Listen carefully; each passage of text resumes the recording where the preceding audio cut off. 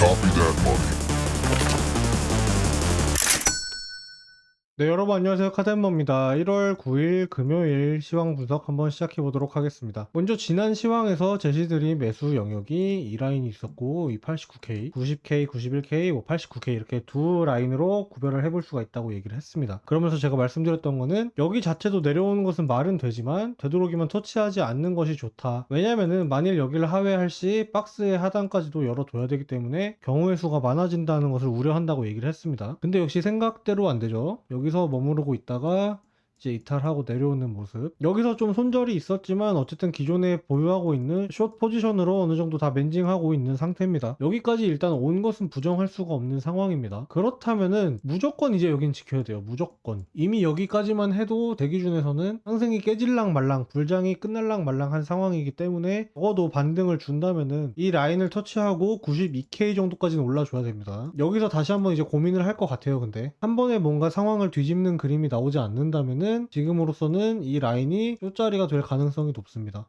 네, 오늘 다뤄볼 내용은 코인판 가격 예측입니다. 코인이 제가 봤을 때는 소화해야 되는 정보의 양이 굉장히 많은 편입니다. 근데 아이러니하지만 여러분들이 정보를 많이 습득한다고 해서 이것이 여러분들의 성적과 연결이 되는 것은 아닙니다. 정보는 많이 노출되는 것이 중요한 게 아니고 얼마나 양질의 정보를 캐치하느냐, 이것이 훨씬 더 중요합니다. 하지만 찌꺼기 같은 정보들이 너무 많다. 예를 들어가지고 파이코인 연말 1달러 기대감 형성, 시바이누 0.01달러 찍으면 뭐 인생 역전, 이런 가격 예측들 중에 좀 그런 영향가 없는 내용들이 많습니다. 문제는 이런 내용들을 가지고 여러분들이 실제 투자에 참고하시는 경우들이 종종 있다는 거예요. 오늘은 이 정보들의 맹점에 대해 짚어보면서 이것들이 대체적으로 왜 의미가 없는지, 그리고 활용한다면 어떻게 쓸 수 있을지에 대해서 한번 얘기 나눠볼게요. 조금 과감하게 들리실 수도 있지만 대부분의 가격 분석은 허구라고 일단 말씀드리고 싶습니다. 그럴듯해 보이는 경우들이 많지만 대부분의 가격 분석은 누군가의 희망 회로를 돌리기 위한 내용들입니다. 우리가 구글 검색창에 리플 10, 리플 100 이렇게 딱 치기만 해도 리플 10만원 가능성, 뭐 100만원 가능성, 이런 얘기들이 수도 없이 떠요. 여러분들이 오해하지 마셔야 되는 게 제가 리플이 뭐 100만원 못 간다, 10만원 못 간다 이렇게 얘기하는 게 아닙니다. 근데 현실적으로 지금 2달러인 애를 뭐 3달러, 4달러도 아니고 10만원, 100만원 얘기를 하는 게 좀 웃기다는 겁니다. 문제는 이걸 보고 야 그러면 리플 사야겠다, 묻어 놔야겠다 하시는 분들이 많다는 거예요. 이런 얘기들은 보통 생산성 없이 돌게 됩니다. 리플 100달러 간다, 뭔가 이유는 그럴듯하게 얘기하는데 사실상 왜라고 제대로 물어보는 경우는 드물기 때문입니다. 보통은 그러니까 이런 느낌이죠. 2달러인 게 100달러 간다고? 그게 말이 됨? 딱 요 정도로 끝나죠. 그쵸? 논리적인 내용보다는 그냥 말이 안 된다고 생각을 하기 때문에. 그래도 여기서 이런 얘기는 좀 한번 해보고 싶습니다. 듣는 사람들도 사실은 왜 이 사람들이 이런 생각을 하는지 역으로 따져본다면은 이게 다시 좋은 기회가 될 수 있습니다, 여러분. 네, 대표적으로 사기치는 게 뭐냐, 이제 프랙탈입니다. 프랙탈이라고 한다면 쉽게 말해서 패턴의 반복이라고 보시면 됩니다. 20년 전에 차트가 이런 식으로 움직였으니까 현재 만약에 우리가 이런 구간에 있다 한다면은 20년 전 움직임을 따라 이대로 움직이지 않을까라고 얘기하는 게 프랙탈이라고 보시면 됩니다. 이 프랙탈은 제가 기억하기로는 1990년대 처음 차트로 등장합니다. 배경은 차트 안에 사실상 매크로를 포함한 모든 요소들이 녹아있기 때문에 특정 구간에서 시장 참여자들의 움직임이 반복되는 경향이 있다는 건데, 뉴스를 보면 이런 식으로 표현이 되죠. 리플 7000% 랠리 패턴 다시 등장, 2017년에 움직임이 재현됐다. 2017년에 이렇게 갔으니까 2025년에도 이렇게 갈 거다라고 얘기하는 거예요. 어떻게 비교했냐, 최근 두 시점의 차트를 나란히 비교했다, 딱 그냥 이 얘기하는 거죠. 이게 저는 사람들이 프랙탈을 좋아하는 이유라고 생각을 합니다. 숫자 계산이라는 게 따로 필요하지도 않고 차트 모양만 겹치면 됩니다. 그렇기 때문에 사람들에게 더 어필되기도 쉽고 이걸로 뭔가 서사를 만들기도 좋다. 하지만 여러분들이 이런 기사를 보셨다면은 다음과 같은 내용으로 반박을 해볼 수가 있습니다. 먼저 첫 번째, 우리는 동일한 환경에 있지가 않습니다. 2017년 프랙탈 재현됐다라고 얘기를 하는데 2025년도는 경제사회적 배경에서 큰 차이를 보입니다. 금리만 보더라도 우리는 지금 고금리 사이클에 있다고 얘기를 할 수가 있고, 2017년은 제로금리가 끝난 2015년 이후 얼마 되지 않은 금리 인상의 초입 시점이었습니다. 당연히 환경적으로 투자하기 좋은 사이클인데 그때 이렇게 올랐다고 하고 지금 이렇게 가고 있다 한들 똑같이 여기서 이렇게 오를 수 있을까요? 당연히 저는 아니라고 생각합니다. 그냥 이런 얘기 할 필요도 없이 프랙탈이 진짜로 투자에 통하는 방법이 되면은, 여러분 오락실 가면은 틀린 그림 찾기 하는 사람들 알죠? 이런 사람들이 이론적으로 투자를 제일 잘해야 됩니다. 맞잖아요. 모양은 똑같은 거 찾는 거니까. 근데 차트를 백날 보고 있다고 한들 어디 이런 방법이 통합니까? CR도 안 먹힌다. 또 두 번째는 우리가 상승과 멀티플을 이제 고려를 해야 됩니다. 예를 들어서 뭐 2015년에 리플이 0.1원에서 0.2원을 간다고 칩시다. 여기서 이렇게 가격을 올리는 것과 2달러에서 4달러로 이것도 100% 오르는 거죠. 이렇게 올라가는 거하고 이 가격이 오르기 위해 필요한 돈의 사이즈가 다릅니다. 기대 멀티플이 작기 때문에 7000% 올랐다고 해서 프랙탈 따라 그대로 7000% 오를 거다라고 생각하는 것은 오산이란 뜻입니다.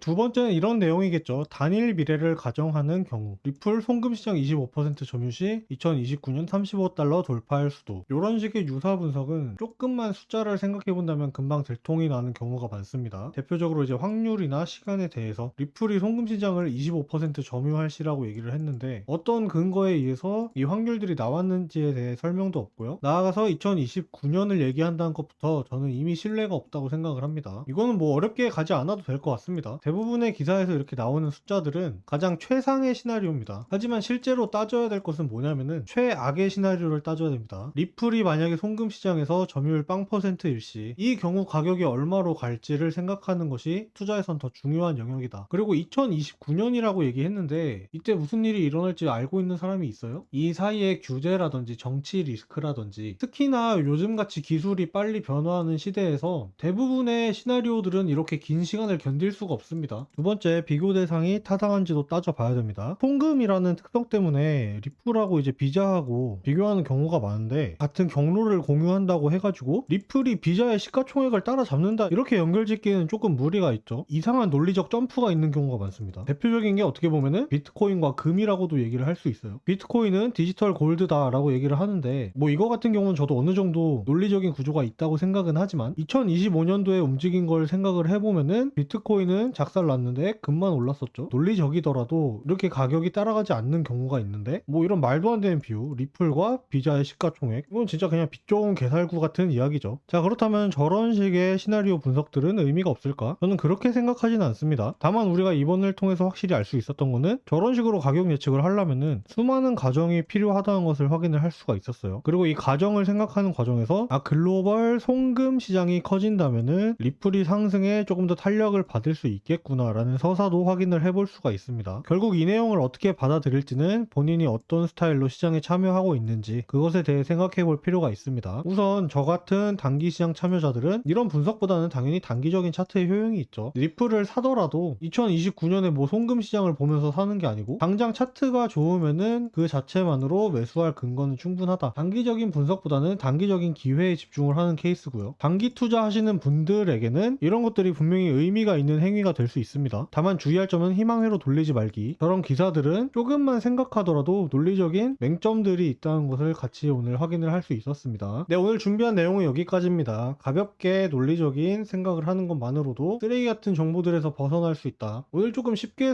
설명드리고자 한 것도 있지만 결국에 저는 이런 느낌이지 않을까 싶습니다. 우리가 보이스 피싱 같은 거 이런 걸 도대체 왜 당해 하지만 늘상 당하는 사람들이 있단 말이에요. 결국 이 사람들이 몰라서 전 당한다고 생각하지 않거든요. 그만큼 절박한 마음이 있고 희망이란 부분들이 고문되기 때문에 이런 것에 빠지게 된다고 생각해요. 저는 이게 코인에서도 동일하게 적용된다고 생각합니다. 오늘 설명드린 거 뭐 당연한 소리를 하고 있어 하시겠지만 물려 있다면은 희망 회로를 돌리는 상황에 처해 있다면은 논리적인 생각들이 흐려지게 됩니다. 자세한 내용이나 차트 분석은 이제 텔레그램을 통해서 공유 드리고 있고요. 궁금하신 분들은 같이 놀러와서 수다 떠는 것도 괜찮을 것 같습니다. 저는 다음에 더 좋은 영상으로 인사드리겠습니다. 시청해주셔서 감사합니다.